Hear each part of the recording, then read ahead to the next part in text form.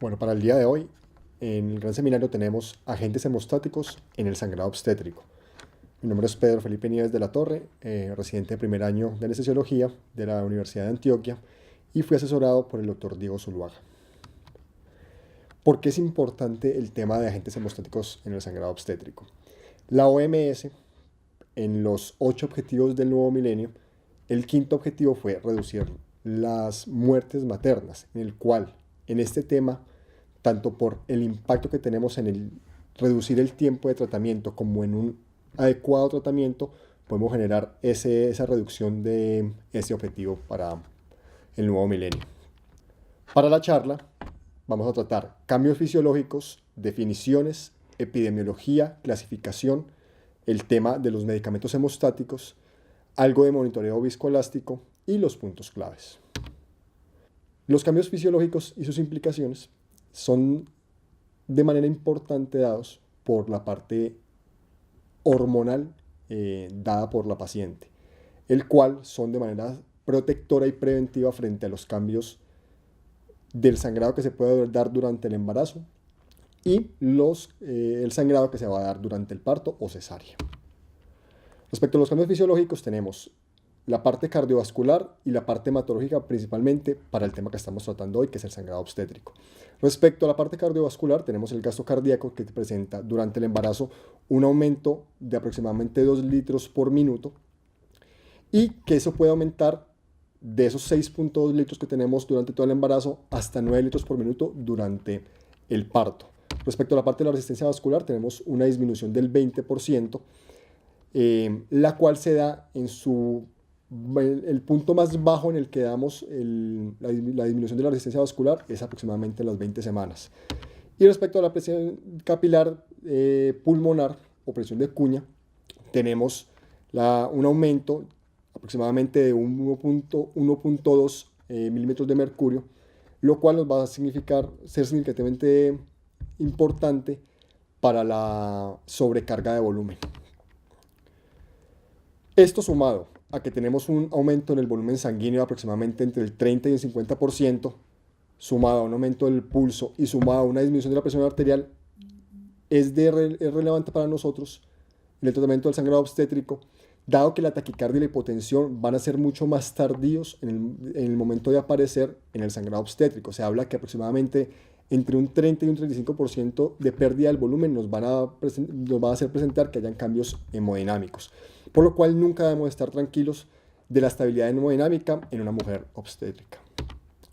Respecto al flujo uterino, al término del embarazo, tenemos que hace aproximadamente el 20% del gasto cardíaco, lo cual, hablándolo en términos de mililitros por minuto, tenemos un aumento de 50 mililitros por minuto a 500 mililitros por minuto, lo cual nos va a significar que en el momento de un sangrado obstétrico tengamos una tasa de 8 mililitros kilo minuto, lo que significa que en cuestión de minutos tenemos una paciente con una marcada pérdida del gasto cardíaco. Respecto a los cambios hematológicos, el embarazo es un estado procoagulante en el cual para nuestra charla tenemos que tener muy claro que tenemos un aumento del fibrinógeno y un aumento del factor 7. Este aumento del factor de coagulación, sumados a la éstasis que se da secundario a la compresión aortocava, que se da aproximadamente entre la semana 13 y 16, y sumados al daño endotelial que tenemos durante el parto o la cesárea, no va a tener un estado procoagulable como con la triada de Virchow. En resumen, con los puntos claves, entonces tenemos los cambios hemodinámicos son protectores respecto a que nos va a dar una respuesta adaptativa frente al sangrado obstétrico, pero también nos va a retrasar el diagnóstico.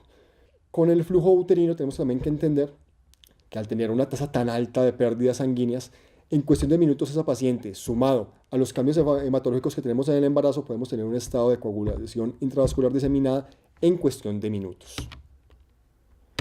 Respecto a la definición y la epidemiología, para efectos prácticos dimos la recomendación que da la OMS y la recomendación que da la COG, que han sido las que han sido tomadas para los estudios en los cuales vamos a tratar el día de hoy.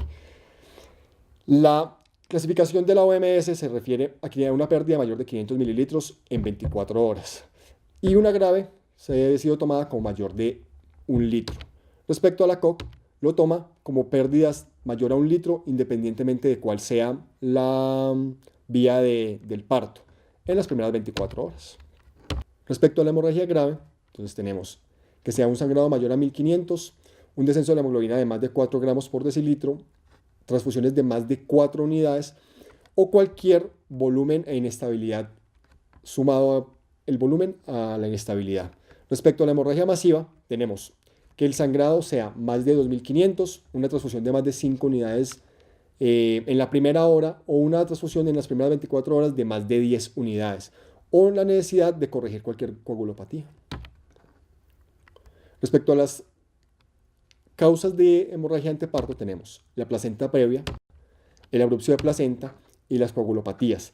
Respecto al porcentaje de cada una de estas causas no hay un dato preciso.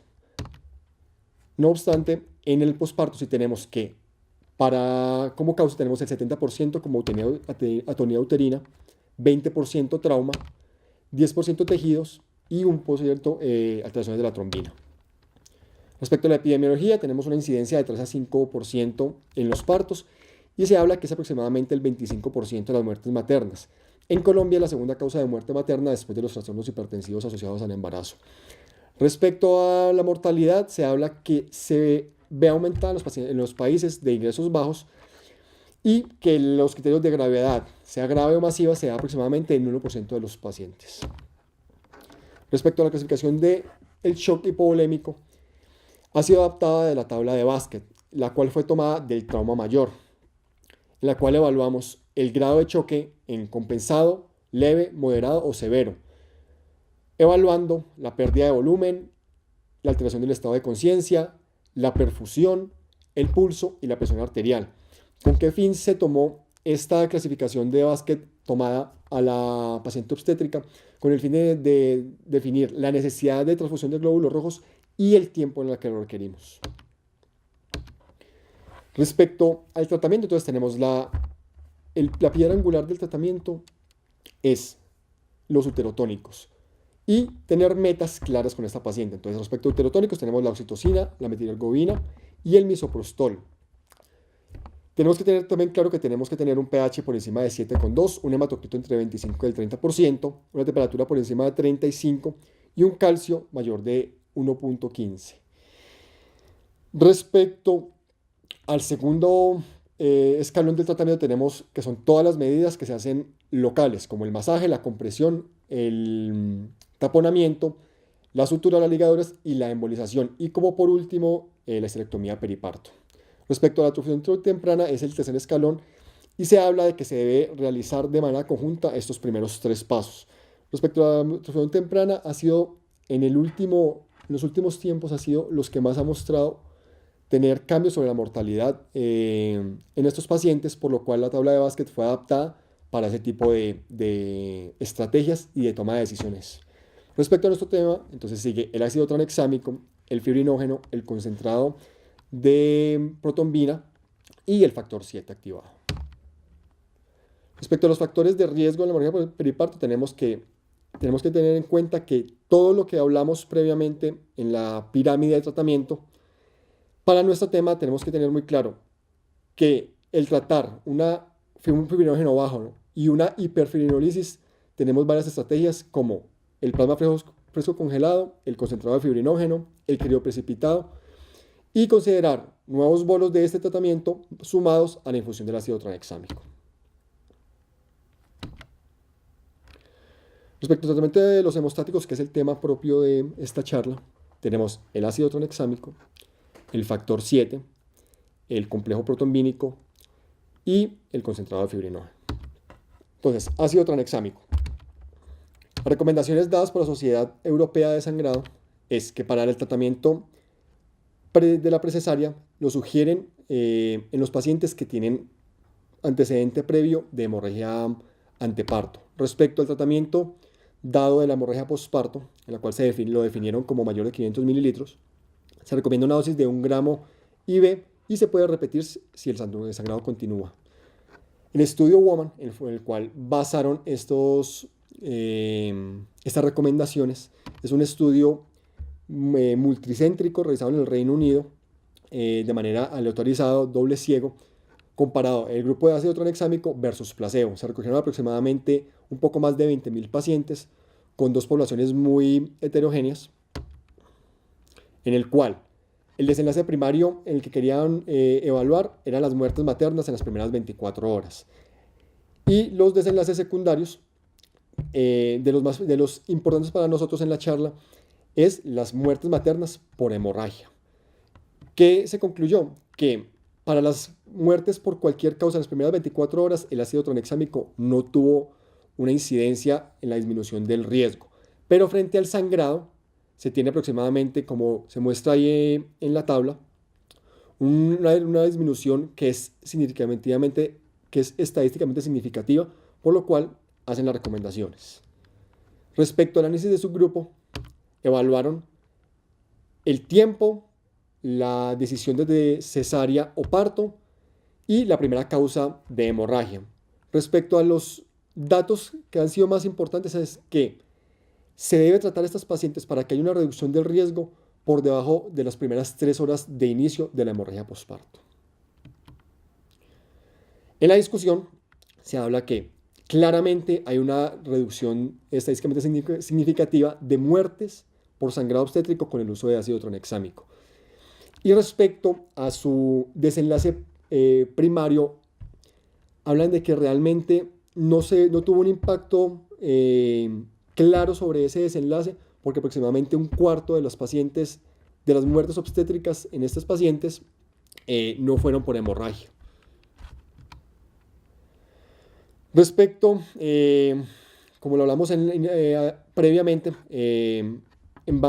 con base en esto, la OMS realizó la recomendación siempre de que tengamos la piedra angular de tratamiento, que son los uterotónicos, y posterior a eso, si no tenemos control de sangrado, iniciar el ácido tranexámico. Respecto a la prevención posparto en las cesáreas, la cual hicieron una recomendación, se basó en que en esta revisión sistemática y en este metaanálisis, el cual mostró que se recogió aproximadamente 1.133 pacientes, pero que para recomendar este tratamiento se debe tener marcada la heterogeneidad que hay, que es de aproximadamente el 97%, por lo cual la recomendación que se dio para este tratamiento preventivo no es tan fuerte.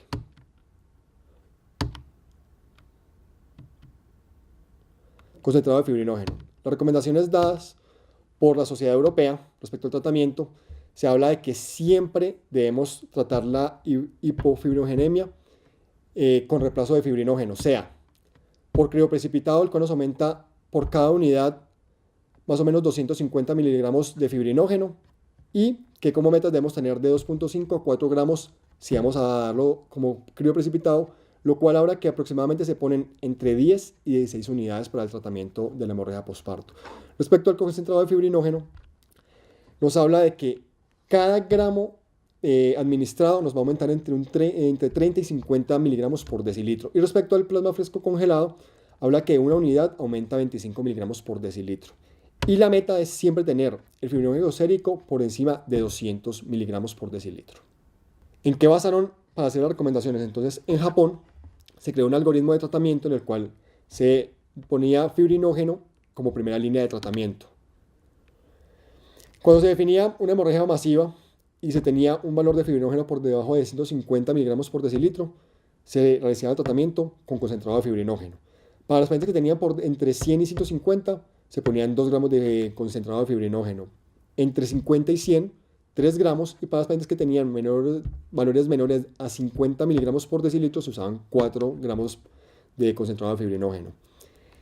Luego de realizar el algoritmo, se demostró que al inicio de la terapia se disminuía marcadamente las unidades transfundidas y que este dato era estadísticamente significativo.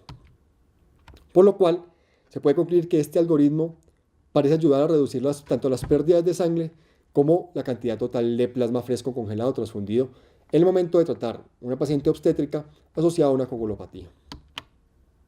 Al momento de evaluar el concentrado de fibrinógeno como tratamiento preventivo, se realizó este estudio en Dinamarca, en el cual querían evaluar las pérdidas sanguíneas en relación al manejo preventivo con el concentrado de fibrinógeno. ¿Qué concluyeron con este estudio? Que la necesidad de transfusiones no era estadísticamente significativo en el tratamiento preventivo, por lo cual no se recomienda de manera preventiva el uso de concentrado de fibrinógeno.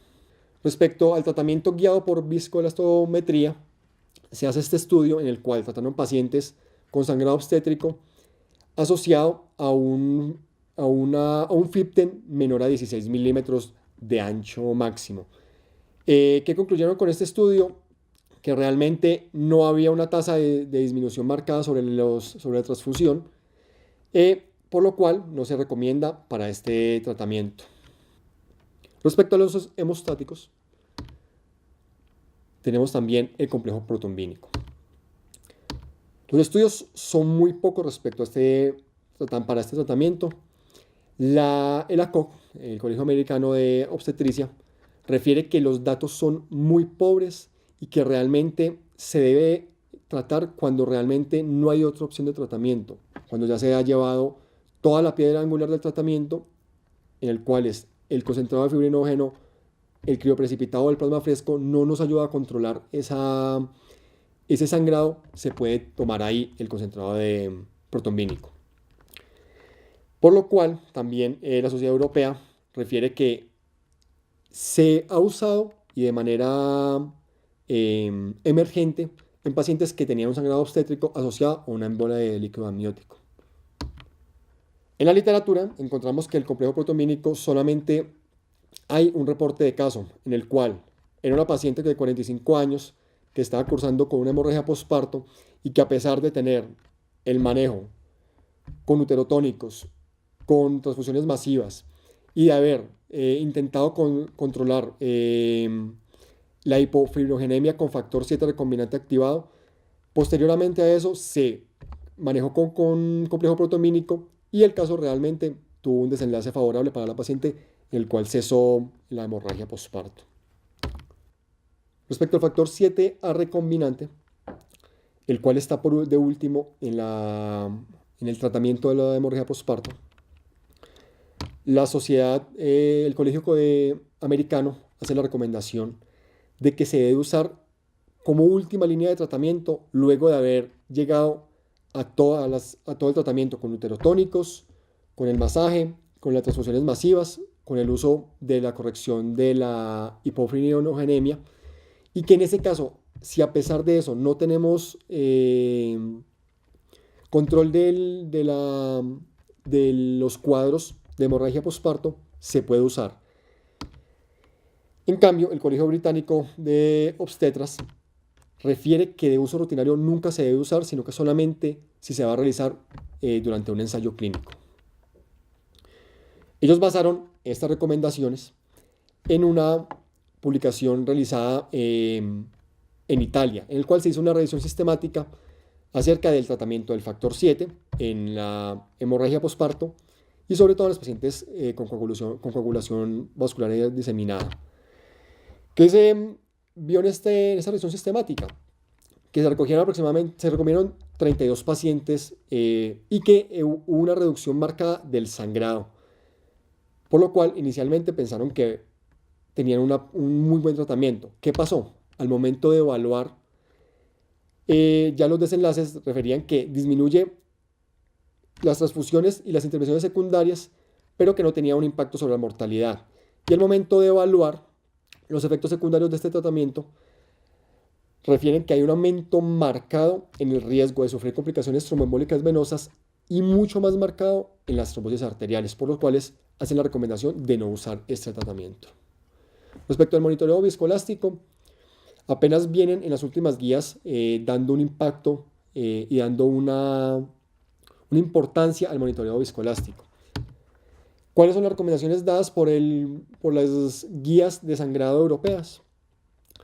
Que siempre debemos identificar lo más pronto posible la coagulopatía obstétrica.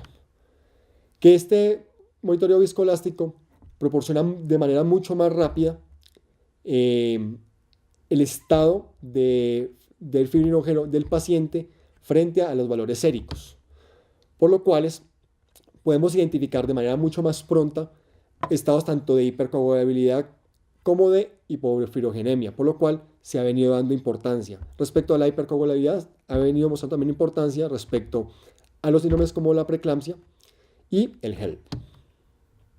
Entonces, en conclusiones respecto a la charla, debemos entender que los cambios fisiológicos son tanto protectores como, por decirlo así, agresores, dado a que nos retrasan el tratamiento. Respecto al control del sangrado, entender que la estrategia en la cual nosotros debemos impactar es esa, en el control del sangrado, porque realmente es lo que ha mostrado que aumenta la supervivencia en la hemorragia posparto. Respecto al uso de tranexámico, tener muy claro que siempre y de manera temprana, como lo veíamos con el estudio Woman, por debajo de las primeras 3 horas de la hemorragia posparto, debemos tener el tratamiento. Y que para el control del fibrinógeno bajo tenemos el crioprecipitado, el concentrado de fibrinógeno y el plasma fresco congelado. Que los otros medicamentos por el momento no son con una recomendación marcadamente clara para este tratamiento. Muchas gracias.